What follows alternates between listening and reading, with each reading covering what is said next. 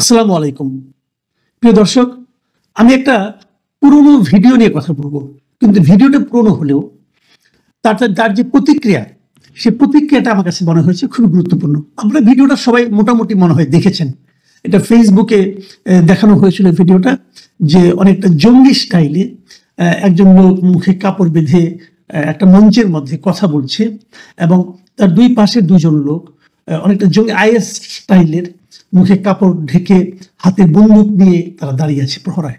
এই দৃশ্যটা দেখে কিন্তু যে কারো মনে হবে এটা বোধহয় আইএস এর কোনো সভা, সেই সভায় কেউ কথা বলছে। অথবা বাংলাদেশে যদি হয় তাহলে আইএস এর আদলে এখানে কোনো জঙ্গি সংগঠন গড়ে উঠেছে এবং তারা এই ধরনের মহড়া দিচ্ছে অথবা কথা বলছে।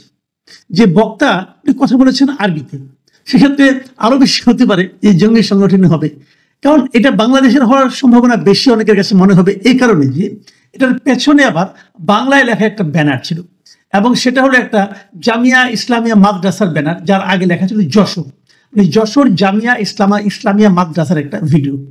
তাহলে কি যশোর জামিয়া ইসলামিয়া মাদ্রাসার এই ধরনের জঙ্গিবাদের চর্চা হয়, জঙ্গি শিক্ষা দেওয়া হয়, এ ধরনের ধারণা মানুষের মধ্যে তৈরি হতে পারে।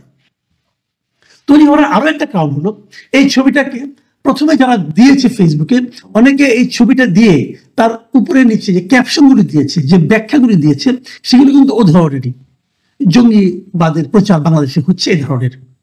তো ঘটনা আসলে কি ছিল এটা আপনারা এর মধ্যে মোটামুটি জানেন, তবু আমি আরো একবার আপনাদেরকে, যারা জানেন না তাদের জন্য একটু বুঝিয়ে দিতে চাই, একটু মনে আপনাদের উপলব্ধির সুবিধার্থে। এই ঘটনাটা হলো যশোরের এই মাদ্রাসায়, এবং এই ঘটনা যেদিন ঘটে সেদিনই কিন্তু ওরা এটা নিয়ে পুলিশকে জানিয়েছিল এবং এটা ছিল আসলে ওদের একটা বার্ষিক অনুষ্ঠানের আয়োজন ছিল ওই মাদ্রাসার, যা নাকি ওখানকার শিক্ষার্থীরাই আয়োজন করেছিল। এবং সেখানে যেমন খুশি তেমন সাজো, এই ধরনের অনুষ্ঠান কিন্তু আমরা করেছি ছোটবেলায় স্কুলে, যেমন খুশি তেমন সাজো। ওই যেমন খুশি তেমন সাজো যে পার্টটা, সেই পার্টের একটা অংশ ছিল এটা। ওরা এখানে ফিলিস্তিনিদের মুক্তির জন্য হামাস বাহিনীর অনুকরণে ও ধরনের পোশাকে তারা এখানে দাঁড়িয়েছিল এবং ওখানে যে বন্দুকগুলি ছিল সেটা কাঠের তৈরি, একটা ছিল কাঠের তৈরি, আরেকটা হলো ওই এক ধরনের শোলা আছে না, বিভিন্ন ইলেকট্রনিক দ্রব্য আনতে গেলে মাঝখানে যে থাকে যাতে নাকি বাড়ি না খায়, ওই শোলার তৈরি। এবং এবং পুরো জিনিসটা হলো জাস্ট এক ধরনের আনন্দ দেওয়ার জন্য। সেটাকেই যিনি প্রথম পাঠিয়েছেন ফেসবুকে, এটাকে করেছেন, উনি একটা বদ মতলব নিয়ে সেটাকে জঙ্গি হিসাবে প্রমাণ করার চেষ্টা করেছেন। এই পর্যন্ত কিন্তু ঠিক ছিল, এটা নিয়ে আলোচনা নেই। এবং এই ঘটনায় আমি যেভাবে বললাম, এটা কিন্তু আমি পেয়েছি একাধিক সংবাদ মাধ্যমে, এবং তারা ওখানকার যিনি পুলিশ সুপার আছেন, এসপি আছেন, তাকে কোট করেছেন। সেই এসপি নিজে ঘটনাস্থলে গিয়েছেন, উনি দেখেছেন এবং উনি দায়িত্ব নিয়ে বলেছেন যে এই ঘটনাটা ছিল এটা। ওই মাদ্রাসা যিনি প্রিন্সিপাল আছেন তিনিও বলেছেন যে এই ঘটনাটা এরকম ছিল এবং আমরা ওই দিন রাতেই এই বিষয়টা পুলিশকে অবহিত করেছিলাম যদি কোনো বিতর্ক তৈরি যাতে না হয়। তো এই হলো মোটামুটি ঘটনাটা। এখন প্রশ্ন হচ্ছে এটা নিয়ে আলোচনা করতে আসলাম কেন? দেখুন, ফেসবুকে নানা জনই নানা কথা বলে, তারা নানা জনে একটা ছোট ঘটনাকে নানাভাবে ইঙ্গিতপূর্ণ করে মানুষকে বিভ্রান্ত করার জন্য, মানুষের মধ্যে উত্তেজনা ছড়ানোর জন্য অনেক রকম কিন্তু ঘটনা তারা ঘটায় এবং তারা বিভিন্ন রকম ছবি দেয়। সেই ছবিটাকে অনেক সময় এআই দ্বারা চেঞ্জ করে দেয় এবং আমরা অনেককে দেখেছি যে মনে করেন আপনার এক ধরনের বিভ্রান্তিমূলক কথা বলতে থাকেন যে সেনানিবাসে এটা হলো, অমুক জায়গায় এটা হলো বলে নিয়ে ওখানে কিছু কৃত্রিম ছবি দেখান, প্রতীকী ছবি দেখান, যে ছবির সঙ্গে বক্তব্যের কোনো মিলও নাই। তারা বলে কিন্তু মানুষের বাহবাও নেন, মানুষের কাছ থেকে জিন্দাবাদও নেন। এরকম ঘটনা আমরা দেখেছি মানুষের মধ্যে বিভ্রান্তি তৈরি করে। তো সেগুলি না হয় এখানেও হয়েছে।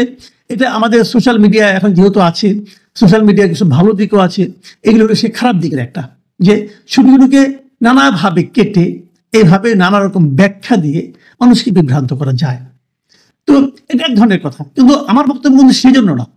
আমার বক্তব্যটা আজকে আলোচনাটা আমি যে কারণে অবতারণা করেছি সেটা হলো এই যে ছবিগুলো, এটা দুটো দিক আছে, আমি দুটো দিকই কথা বলবো। প্রথমে একটা দিক বলি, সেটা হলো এই যে এই ছবিটা আমাদের সাবেক প্রধানমন্ত্রী শেখ হাসিনার পুত্র সজীব ওয়াজেদ জয় ওনার ভেরিফাইড ফেসবুক পেজে এই ছবিটা দিয়েছেন এবং দিয়ে ওখানে তিনি কিছু কমেন্ট করেছেন। উনি ইংরেজিতে লিখেছেন কমেন্টগুলো, আমি ইংরেজির মোটামুটি একটা বাংলা আপনাদেরকে পড়ে শোনাতে চাই।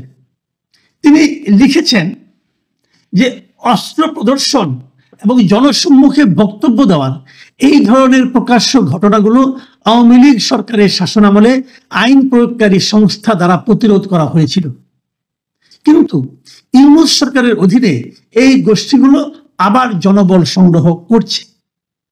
ব্যাপারটা ক্লিয়ার। কিন্তু উনি বলতে চাচ্ছেন এই যে ঘটনাটা এখানে ঘটেছে, এই ধরনের ঘটনা আওয়ামী লীগ আমলে হলো ঘটতো না। উনি প্রথমত ওনার বক্তব্যের মাধ্যমে বুঝিয়ে দিয়েছেন যে এটা কোনো যেমন খুশি তেমন সাজুর ফান না, এটা প্রকৃতপক্ষেই এখানে ধর্মান্ধতা এবং ধর্মের নামে জঙ্গিবাদ লালন করার, জঙ্গিবাদ প্রশিক্ষণ দেওয়ার একটা গোষ্ঠী বাংলাদেশে এখন আছে। এবং এটা যদি আওয়ামী লীগ সরকার যখন ছিল তখন এই ধরনের ঘটনা এখানে হতে পারত না। কিন্তু ডক্টর ইউনূসের সরকার যখন আসছে, এখন তারা এই গোষ্ঠীগুলো আবারও জনবল সংগ্রহ করছে, অস্ত্র সংগ্রহ করছে এবং এভাবে ট্রেন্ড আপ করছে। এবং তার সেই স্ট্যাটাসে উনি যে ছবিটা দিয়েছেন, সেই ছবিতে যদি আপনারা তাকান তাহলে দেখবেন ওখানে উনি কতগুলি জিনিস কিন্তু ওনার স্ট্যাটাসে যে বক্তব্যগুলো আছে এই বক্তব্যতে কয়েকটা জিনিস কিন্তু উনি হ্যাশট্যাগ করে দিয়েছেন। হ্যাশট্যাগ মানে কি? মানে এই নামে এই যে লেখাটা আছে ওই লেখা দিয়ে সার্চ করলে এটা এসে যাবে। সেখানে কি কি ছিল? একটা ছিল হ্যাশট্যাগ ছিল আইএস, আরেকটা হ্যাশট্যাগ ছিল এক্সট্রিমিজম, আরেকটা হ্যাশট্যাগ ছিল মানে ইউনূস, আরেকটা হ্যাশট্যাগ ছিল বাংলাদেশ। মানে যদি কেউ বাংলাদেশ দিয়ে কোনো সার্চ দেয় তাহলে এই ছবিটা এই স্ট্যাটাসটা চলে আসবে এবং লোকে দেখবে বাংলাদেশে কি হচ্ছে। এবং যদি কেউ ইউনূস লিখে কেউ সার্চ দেয় গুগলে, সেখানেও এটা চলে আসবে এবং তারা দেখবে ইউনূসের আমলে বাংলাদেশে কি হচ্ছে। এবং যদি কেউ এক্সট্রিমিজম দিয়ে সার্চ দেয় সেখানেও কিন্তু এই ছবিটা চলে আসবে। যদি কেউ আইএস লিখে সার্চ দেয় তবুও এই ছবিটা চলে আসবে। মানেটা কি? মানেটা উনি বলতে চাচ্ছেন যে ডক্টর ইউনূসের শাসন আমলে বাংলাদেশে এই চরমপন্থীদের উত্থান ঘটছে, আইএস এর উত্থান ঘটছে, বাংলাদেশ একটা বিপজ্জনক অবস্থার দিকে যাচ্ছে। তো সজীবদের জয়ের এই বক্তব্যটা কি সঠিক? সঠিক তো মনে হচ্ছে না। কারণ ওখানে যারা আছেন, ওখানকার যারা সংশ্লিষ্ট লোকজন আছেন, ওখানকার যারা পুলিশ প্রশাসন আছেন, তারা সবাই বলছেন যে ঘটনাটা ওই দিনই তারা জানেন এবং ওই দিনই তারা এটা বলেছেন। তাহলে সজীব ওয়াজেদ জয় এই ধরনের কথা বলছেন কেন? এবং সজীব ওয়াজেদ জয় কি না জেনে বলেছেন নাকি ইচ্ছাকৃতভাবে একটা মিস ইনফরমেশন দুনিয়া যারা ছড়িয়ে দিতে চাচ্ছেন? কোনটা সত্য? যদি মিস ইনফরমেশন ছড়িয়ে দেওয়ার প্রবণতা ওনার থাকে, আকাঙ্ক্ষা ওনার থাকে, তাহলে ওনাকে আমি রিকোয়েস্ট করবো, ভাই রাজনীতি করেন, মানুষকে বিভ্রান্ত করার চেষ্টা কেন করছেন আপনি? অথবা যা ঘটেনি সেটা ঘটেছে বলে প্রচার করে কেন নিজের ওজনটা কমাচ্ছেন? কেন নিজেকে হাস্যকর করে তুলছেন? যদিও আমি দেখি না, তারপরেও অনেকে দেখেন, সজীব ওয়াজেদ জয়ের মধ্যেই দেখেন যে আওয়ামী লীগের ভবিষ্যৎ। যারা দেখেন তাদের জন্য আমার করুণা। আমি প্রকাশ্যে বলছি, আমি আবারও রিপিট করছি, এইরকম লোকের মধ্যে, এরকম মাথা মোটা লোকের মধ্যে যারা আওয়ামী লীগের ভবিষ্যৎ দেখেন তাদের জন্য আমি করুণা প্রকাশ করছি। আমি মনে করি আওয়ামী লীগের জন্য অনেক যোগ্য লোক আছে। এদিকে তাকাবেন না, দরকার তাকালে ধরা খাবেন, আপনারা ধরা খাবেন। এই ধরনের আচরণ যিনি করেন, যে এটার সত্যতাই নাই সেটাকে সত্য হিসেবে প্রচারের চেষ্টা করেন, তাকে আমরা কি বলবো? অথবা আমি অন্যভাবে ধরি যে ওই যে একজন দিয়েছিল প্রথমে আওয়ামী লীগের কোনো নেতাকর্মী হবে, অন্ধ ভক্ত হবে, তাদেরটা দেখে যদি উদ্দীপ্ত হয়ে থাকেন, উত্তেজিত হয়ে থাকেন, তাহলে আমি বলবো এটাও একজন রাজনৈতিক নেতা হিসাবে অথবা একজন ভাবী ভবিষ্যৎ রাজনৈতিক নেতা হিসাবে উনি খুবই অপরিপক্কতার পরিচয় দিয়েছেন। ওনার উচিত ছিল বিষয়টাকে ভেরিফাই করে তারপরে এই স্ট্যাটাসটা দেওয়া। এটা গেল একটা দিক। আবার বিপরীত দিকে আমি আরেকটা দিকে আলোচনা করতে চাই। সেটা হলো যে মাদ্রাসায় এটা ঘটেছে, সেই মাদ্রাসার মধ্যে শিক্ষক, ওনাদের কি বোঝা উচিত ছিল না? ওনারা কি এই ছেলে মেয়েদেরকে এগুলি শেখাতে চান? দেখুন ফিলিস্তিনিতে কি ঘটছে, হামাসদের উপর কি অত্যাচার চালানো হচ্ছে, লেবাননের উপর কি টর্চার করছে ইসরায়েল, তার সঙ্গে এগুলো কোনো সম্পর্ক নেই। আপনি এখানে যদি 20টা মিটিংও করেন, আপনি যদি এভাবে মানুষের মধ্যে একদম অস্ত্র নিয়ে প্রতিরোধের জিনিসটা জাগিয়ে তুলেন, তাতে ইসরায়েলের আক্রমণ কমবে না, তাতে ফিলিস্তিনিদের টর্চার্ড হওয়া, অত্যাচারিত হওয়া কমবে না, কমবে না। আপনি কিছুই করতে পারবেন না। আপনি ভাবুন, যদি আপনি মনেই করেন যেটা করা উচিত, তাহলে বাংলাদেশ সেনাবাহিনী যা করে না কেন? বাংলাদেশ যেখানে সেনাবাহিনী পাঠালেই পারে, ফিলিস্তিনিদের পক্ষে পাঠায় না কেন? যেখানে সেনাবাহিনী পাঠাতে পারছে না, সেখানে আপনি ওই কাঠের বন্দুক দেওয়া ট্রেনিং নিয়ে পোলাপানের মধ্যে, বাচ্চাদের মধ্যে এক ধরনের উন্মাদনা তৈরি করে আপনি কি প্রমাণ করতে চাচ্ছেন? আপনি কি করতে চাচ্ছেন? এটা দেখুন, ফিলিস্তিনিদের আশেপাশে অনেকগুলি মুসলিম কান্ট্রি আছে, সৌদি আরব আছে, মিশর আছে, অনেক বড় দেশ, জর্ডান আছে না, লেবানন আছে, লেবানন তখন নিজে আক্রান্ত হয়ে গেছে, তুরস্ক আছে। তাদের তো দায়িত্বটা আগে, ফিলিস্তিন তো তাদের প্রতিবেশী, তারাও তো মুসলিম। আপনাকে এত দূরের থেকে লাফালাফি করার কোনো দরকার নাই রে ভাই। এতে বরং মানুষের মধ্যে একটা, বাচ্চাদের মধ্যে একটা, যতটা না মানে স্বধর্মের লোকজনের প্রতি সহকর্মিতা গড়ে ওঠে, তার চেয়ে অনেক বেশি গড়ে ওঠে একটা জঙ্গি মনোভাব। এটা ভালো কিছু না।